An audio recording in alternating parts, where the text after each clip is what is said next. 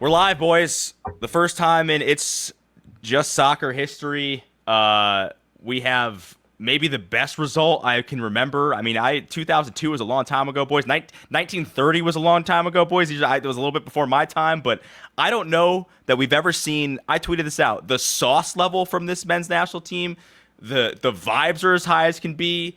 The flair, the goals, all of the above. And we could have picked a better night to go live to our first show. And I've got Magee with me. I've got Sam with me. Manoli, our producer, is with us as well. Man, I don't even know where to start. This couldn't have been a better start, right, Magee? Like 4-1, incredible goals. You know, other than Pulisic's status, which he said, I guess, come walk off the field, he was fine. That's the only question mark tonight, right? Otherwise, this is the perfect start to the World Cup for us. Let's go. It's kind of hard to believe what's going on. Like, obviously, you want to get a result. You're hoping for like a 2-1 squeak by, and all of a sudden it was just like a masterclass in kind of everything. So I was gonna say I'm speechless, but I'm not. I have a ton to say. Everyone balled. Everyone was tough. Their first touch was spot on. Like every single guy just showed up, and it kind of felt like a true like American win. So all right, I'll shut up now. But it was brilliant. I got nothing. I mean, I'm just excited. Like, this is exactly what we needed to start the World Cup. We talked about it coming in. It's like this game, like I'm pretty sure that most of my friends who don't really follow soccer didn't even know the World Cup started until today. And so they sort of tuned in. They saw all these commercials, the games coming up. They saw all people out walking around with USA jerseys. By the way, in Chicago, they were everywhere. That's when I started getting kind of amped up, a little nervous, like, okay, all right, it's here. And then this game is like exactly what it's just a wet dream. Like 4 goals. We're going in. We got a 3-goal advantage. Like, I hate to say this because we obviously don't want to think this way, but we basically could have already qualified for the. I know. I thought about saying it. Don't put it in the universe. I'm going to say that again. But we're basically through the night, which. Yeah, I'm just, this is perfect. It's the perfect start to the I want to think more about just going on a deep run and the importance of the way we played, how we played, bringing on guys that we're going to need to go on a deep run. Obviously, we probably talk about Gio later, but like the little things we did right.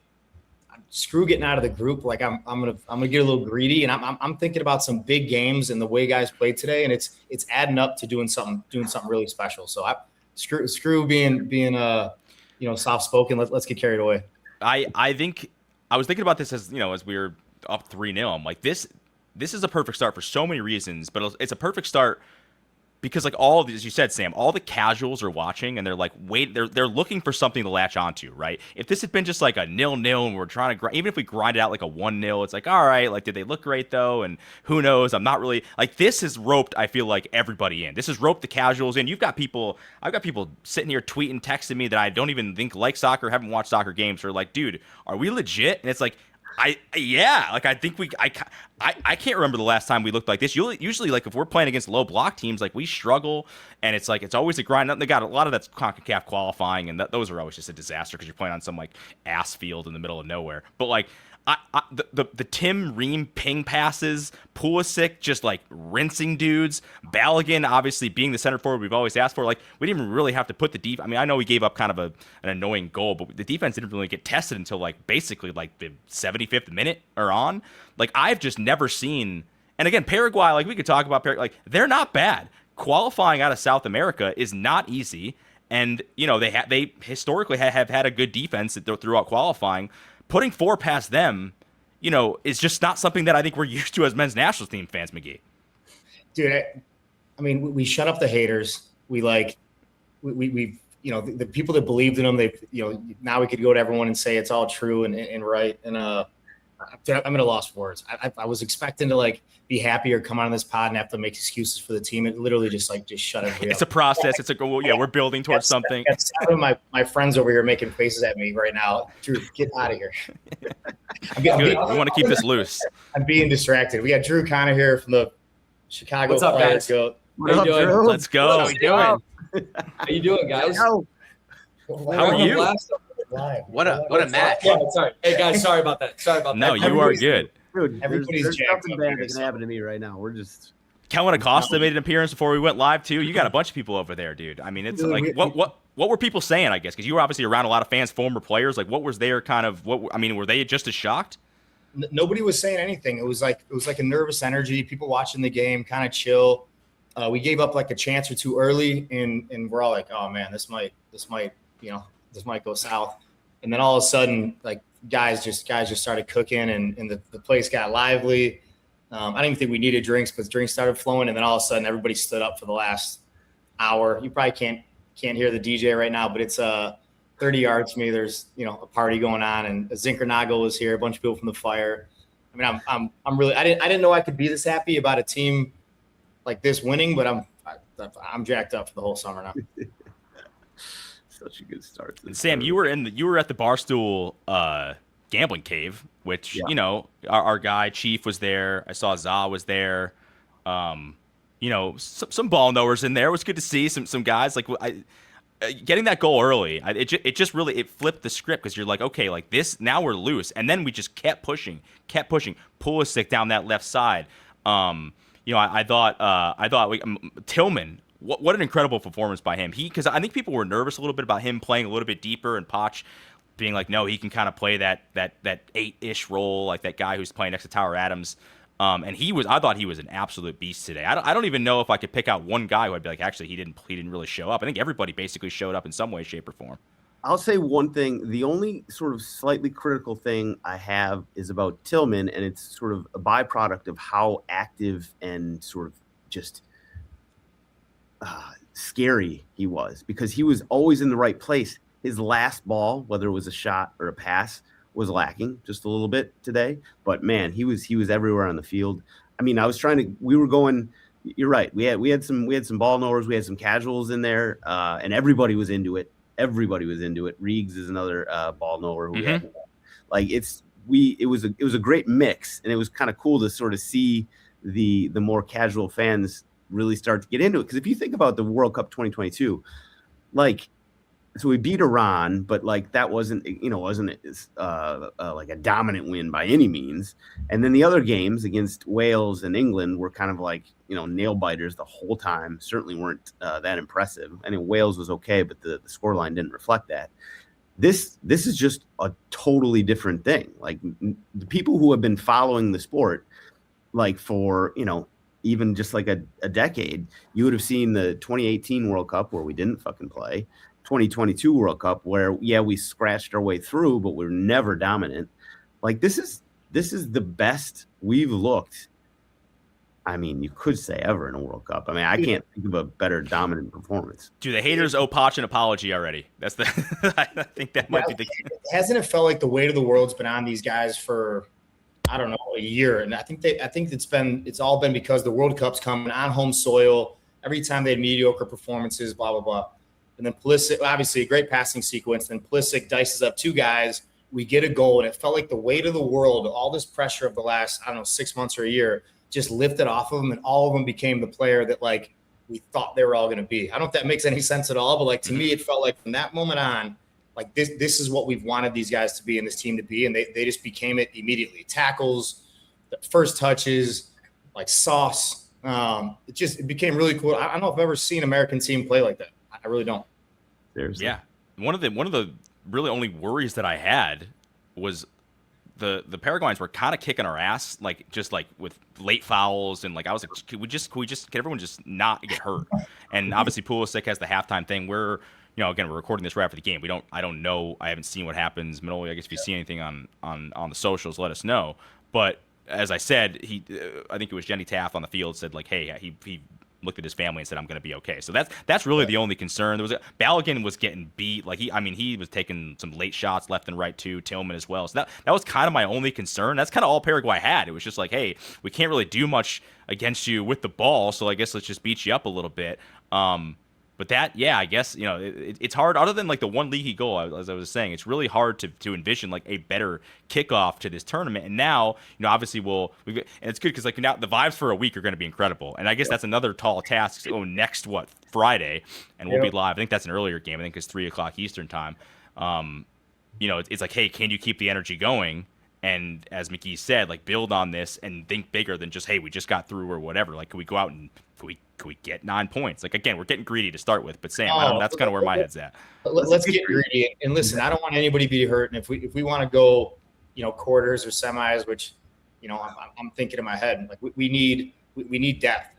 And if for some reason somebody took a little knock and all of a sudden we got to put Gio Reyna in with some swag and covering his ears. And like, I think I texted you guys about 2 minutes before he scored, and he was playing pretty good. And I forgot what I said, but it was something like, if we want to go deep, we need Gio. And then all of a sudden he scored, and I think I reminded you of the my Oracle. text. Yep. Like even Sebastian Berhalter, like if we want to go deep, like you need guys fresh, and legs get tired and guys got to come in. So like Sebastian getting some minutes in his first World Cup minutes, and now all of a sudden next game he's gonna keep raising his level. And what Gio did, like I was not expecting to be feeling this way, but I think Gio, I think we need him. Like we need something special in a really big game, the game we got to win. And Gio's the guy who obviously, hit it from the outside of his boot in the top corner in the last minute of the game. That's ridiculous. Like absolutely ridiculous. I mean, stoppage time Travella was just right. That's exactly when we talked about in the pre-World Cup pod that we did. I was like, there's going to be a time where we need him to come in late in the game and make some magic happen. Yeah. He did it. Unfortunately, it wasn't a game we really needed it, but that's all right. That's all right. We can build on that. We did need it. The whole country had to know that get rid of the nervous tension, the doubts, the meaningless games where we overjudged. Like this team needed us to all get behind them, and if you can't get behind them now, like we got a big problem. So I think we needed it. I think we needed the fourth goal, and I'm repeating myself now because my ADD's kicking and I'm excited, but like we needed the fourth goal. We needed everything. To your point though, Magee, like how crazy it is that we can bring a Gio, a Weah, a Pepe, like off the bench. These are guys that like were like would be surefire starters for us in the past. And I actually want to ask you guys too, because like the system, I think this is probably like the best possible starting 11. I think in our head, at least the most attacking and like, hey, we're gonna like really try to take it to this team version. Like, what did you guys think? Like the three, because I think when people see three at the back, sometimes they're like, oh, they're just gonna, they're gonna sit back. It's more of a defensive formation. This was the least defensive formation I've seen from us in a while.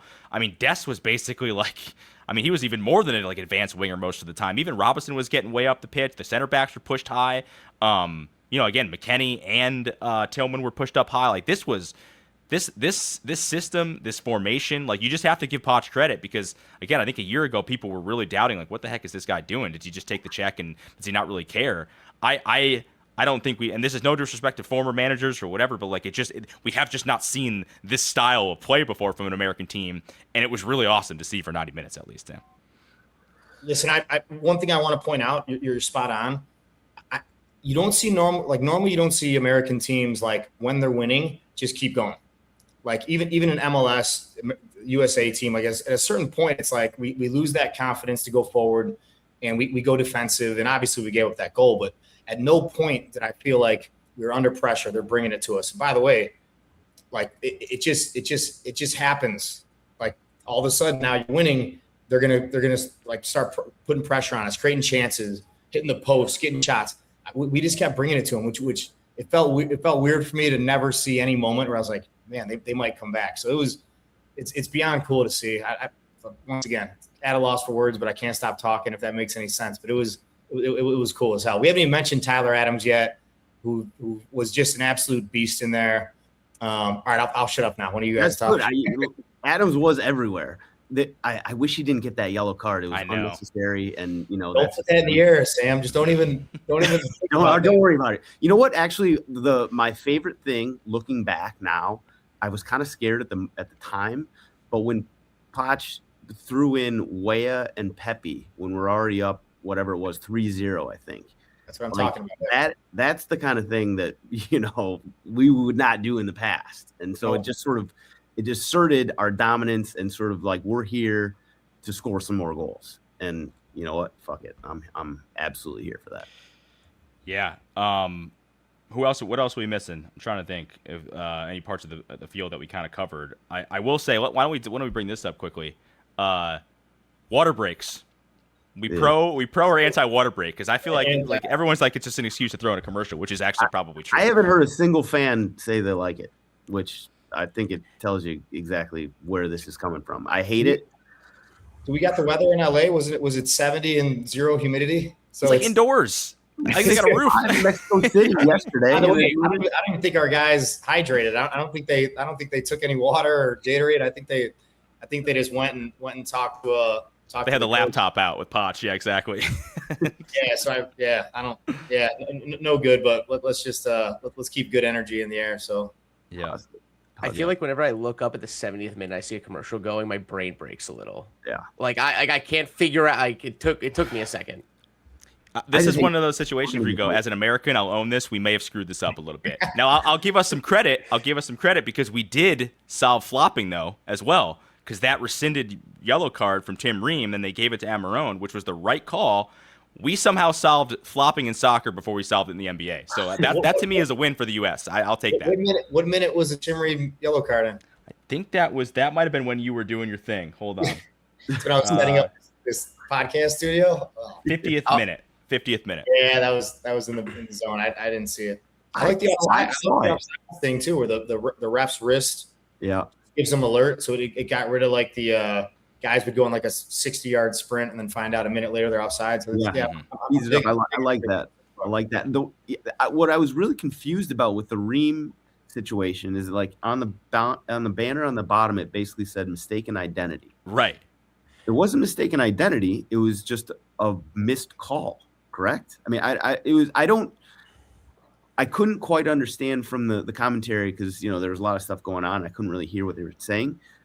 I don't think that's reviewable. So I was very confused by that. I guess it's new, Sam. That's what they were saying on the broadcast. Like it's basically like they can go back now and review. If we're re-refereeing everything. That's what we're doing now. Except corner kicks, apparently, because it felt like we should have had like 9 more corners, and somehow we didn't because they couldn't review those. Yeah. As someone who had the over in the corners, I'm a little upset about that. But we did have a successful betting on it otherwise.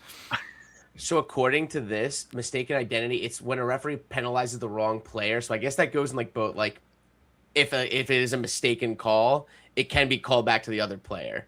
It does feel like a crazy name for mistaken identity. We were kind of joking about it when we were watching, but. Yeah, I see. But it's weird because they gave the free kick, didn't they, Manoli? Like they gave the free kick, and then afterwards, it was like I feel like we were like almost out of the statute of limitations for that call. Right, they already done the free kick. They already taken the free kick. We had actually cleared it. Did it happen quick? Did they change it quick? Yeah, because a couple minutes. They went to the monitor.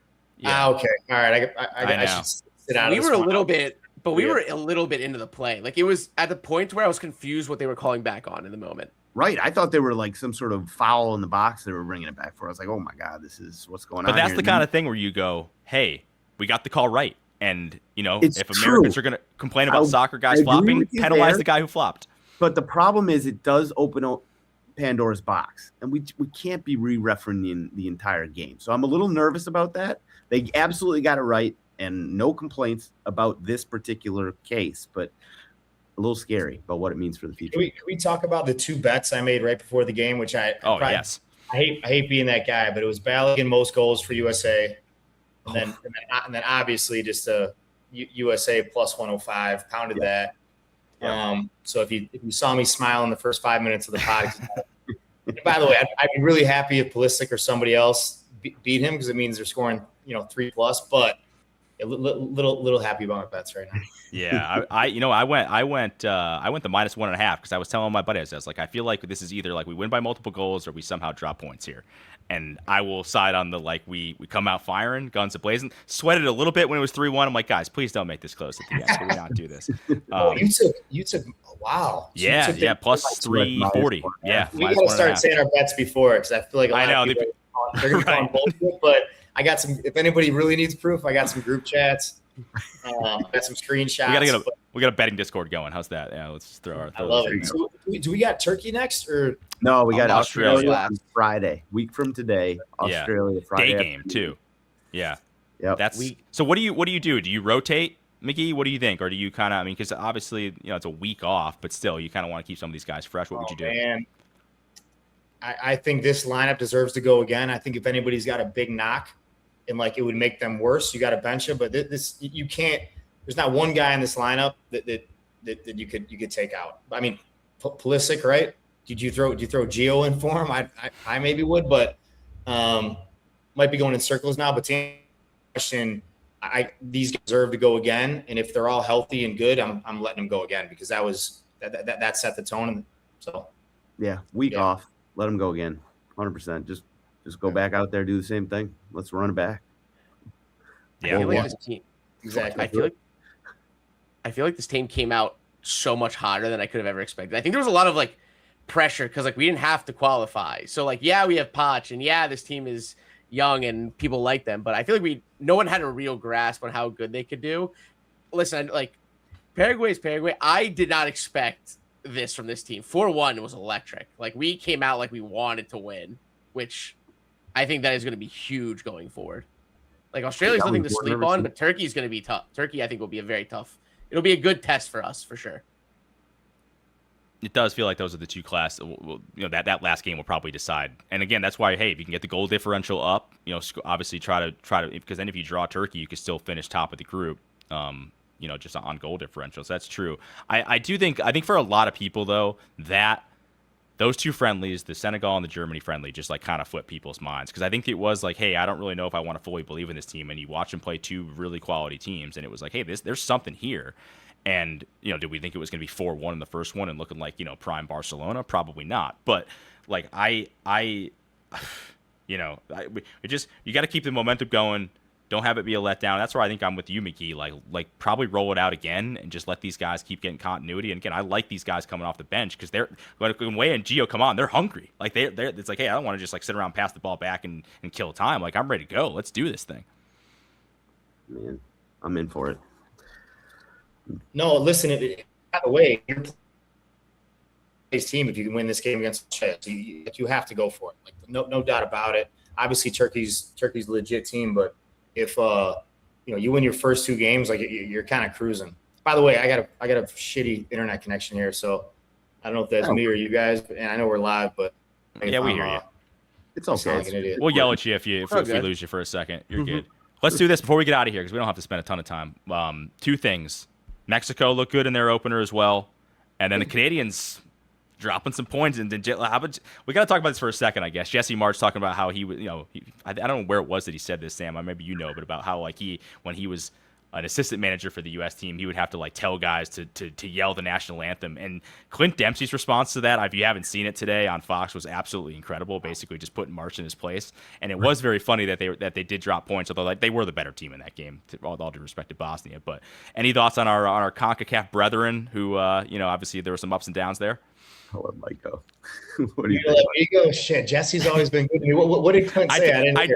I did shoot a text in the group because I was like, I need to know if Magee likes Jesse or not because there were going to be some jokes fired if Canada did drop some points there. And he's like, nope, don't really know him, but I like him. So, all right, we'll keep it easy on our guy Jesse March. But he is technically a villain in this World Cup.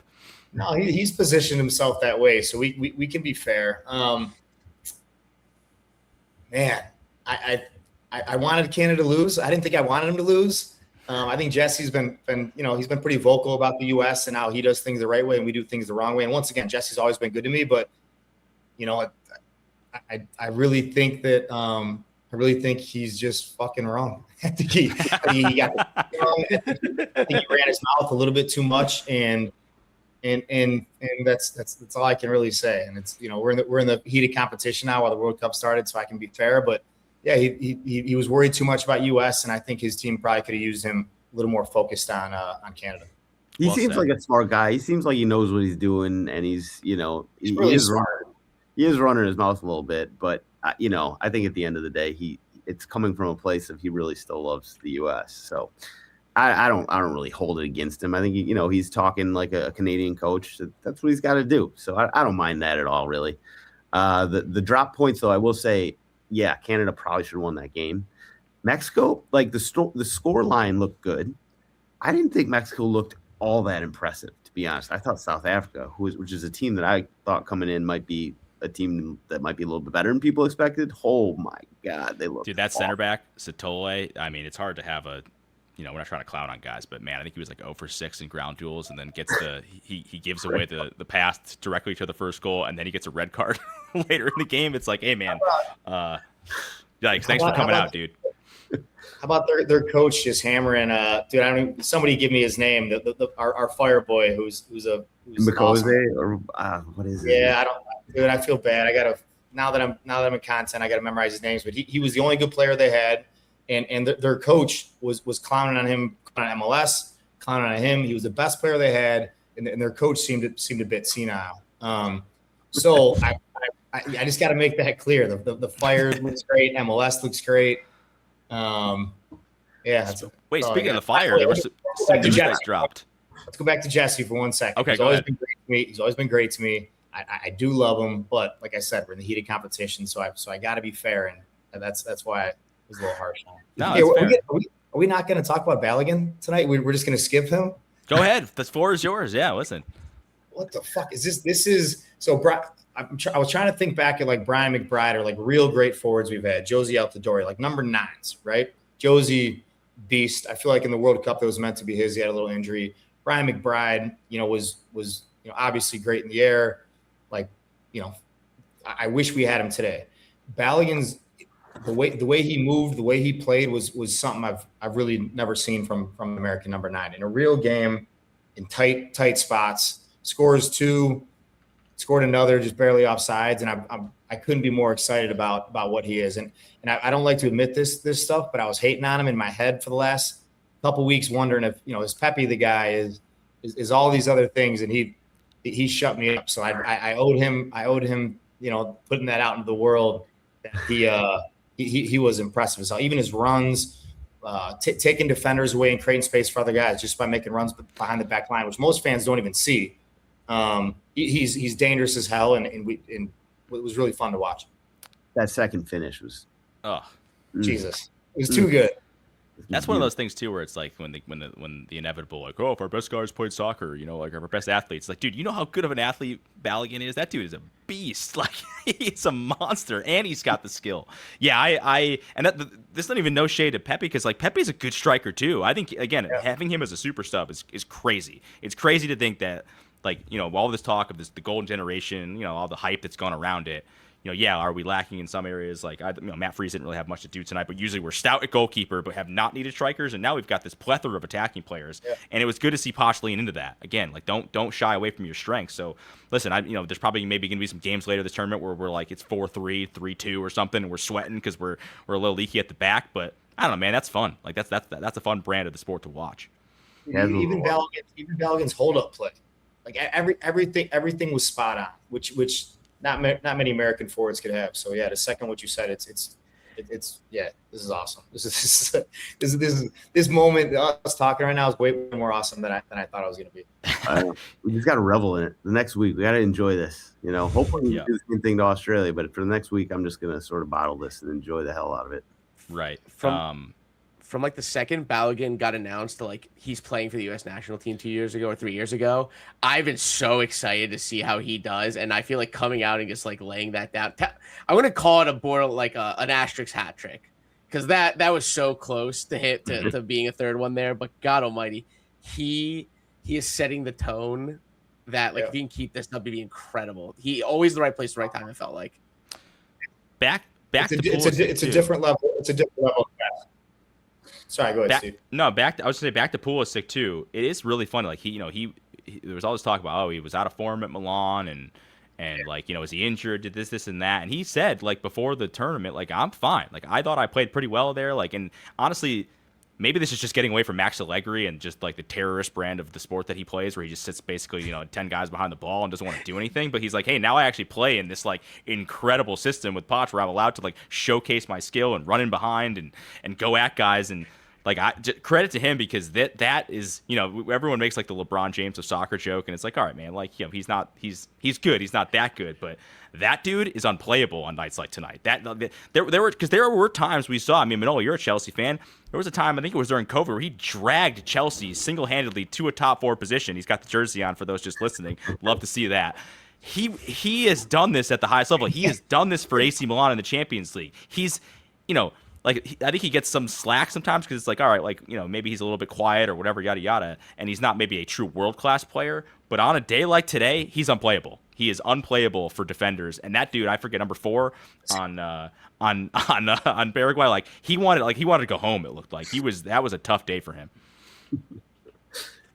Wasn't just 10 minutes in, 10 minutes in, I think Paraguay had the better chances. They had a really good chance in front, and all of a sudden Pulisic gets the ball with 2 defenders right in front of him, and you're thinking, I don't know, pass or something. All of a sudden he dices them, we score a goal, and it flipped the game right side up for us. So like, maybe he didn't play, as incredible as we might have loved him to, but that moment might have changed the entire course of the World Cup for us. Like like you never know what moment, because if that pair, I forgot what minute it was, but they had a good chance and Freeze makes a great save.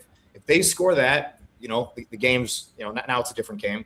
Instead, now Pulisic gets the ball and makes a play that, not many Americans in the history of our country could have ever made. So, like, fuck. Sorry. We allowed to say that? You're good. You're good. It's super good. Yeah, it was, just don't say wanker. Yeah, it was. You can't say that. No. Yeah. Like, how cool is that? Everyone's been hating on Christian, talking about no goals in X amount of months, and all of a sudden he made a whole country, rise to its feet in the just because he was brave enough to look at 2 defenders on the corner of the box and just say, "Fuck it, I'm gonna get us a goal," and like I said, make everybody stand up. So. I wasn't expecting to be proud and get goosebumps, but I got them. Yeah. Last thing we said it at the top. I think Mike actually said it. It was the amount of kind of like sauce that we saw from like Robinson, Dest, Pulisic, Gio. Like there were so many guys on the Paraguayan side that got absolutely skinned, just like turned inside out or sat on their ass in this game. I would love to see the stats on the sort of dribbled past in this game versus like any other World Cup game that we've ever seen U.S. play in, because I bet we must have been at or above, the whatever we've seen in the past. That was incredible out there. Mm-hmm. Do you know how great of a sign this is? We barely spoke about Jedi. We haven't spoke about Weston. Haven't spoke about Tim Ream. Like guys that were great today and are huge pieces of this team. We barely even spoke about them, which means we got some good live streams coming and some great, probably some big wins. So, man, this is great. It's a good segue because I think we're gonna try to go live, as we said, after every U.S. game. So next Friday, evening, because that's at 3:00 Eastern. We'll be back here, and hopefully talking about the same stuff and talking about 6 points and moving on to the massive Turkey match. What else, boys? I think I'm trying to think if there's anything else before we bounce. I know you wanted to touch quickly on our second favorite team in this tournament, though, the Scots. Do we want to spend a minute on the Scots? I feel like Magee might have something to say. Wait, my internet cut out like 10 seconds. What was? I was saying, I think you wanted to. Did you want to spend a little time on your Scots? Because it sounds like your second favorite team is Scotland now. Oh, all right. So Ewan and Stu Holden are my 2 homies. We actually booked Brazil, Scotland. I woke up this morning to Ewan sending me videos of the Scots singing songs in like Boston and 6 a.m. 6:30 a.m. and at the bars. Bagpipes. So I put it to vote. Manoli, Ceruti, and Sam, and we voted Scotland's our second favorite team. So we're gonna ride with them too. So hopefully everyone else does as well. They're going to be fun on the field, too. It's going to be great. Speaking of sauce, there are very few guys in the world of soccer that have more sauce than Scott McTominay. That dude is he left Manchester United and became the coolest guy ever in Naples. It's amazing how that works. Sometimes Italy is just where you got to go to fix all your problems, and that man is living a good life. The songs they sing about that man are so good. Mm-hmm. Mm-hmm. He's living life. The Scot in Italy, gotta love it. Yep. Usually they don't love the sun that way, but I guess he's been sun kissed in the south of Italy. All right, boys. Where do we go? 35 over 30 minutes. Look at that. Time flies. That was great. Magee, your first ever live show. How'd that go? Seems like it went well.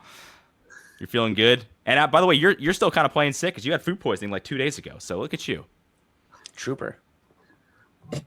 I think his internet is letting him down. That's all right. All right, we'll say goodbye to everybody. Sam, any last words before we want to bounce? Manoli? Oh man, this was amazing. I'm so excited that it's going to bring everybody on side. The next week is going to be so much fun. People are going to be talking about this team and about this game, and that's exactly what we're hoping for. So let's enjoy it and then go get 3 more against Australia, and God knows where we'll end up. Let's do it. Electric first start for the U.S. in the World Cup. Everybody make sure to like, comment, share, subscribe on It's Just Soccer for more live streams, podcasts, and content all around. Thank you all for tuning in. Yeah, and I will say we'll do the live stream next week after the Australia game next Friday, but we'll also do. I think Sam and I are going to come back midweek, maybe Magee, just to like do a hey, everyone's played once. Let's just record a pod and just initial thoughts on that stuff. So we'll do that when we come back, probably Wednesday or Thursday next week. So, all right, boys, it's been fun. We're after midnight Eastern time, so whatever. It's going to be tough to go to sleep tonight. So good win, 4-1. Let's keep it rolling. Thanks everybody who listened. As Manoli said, like, subscribe, rate, review, all those things, and we'll talk to you next time.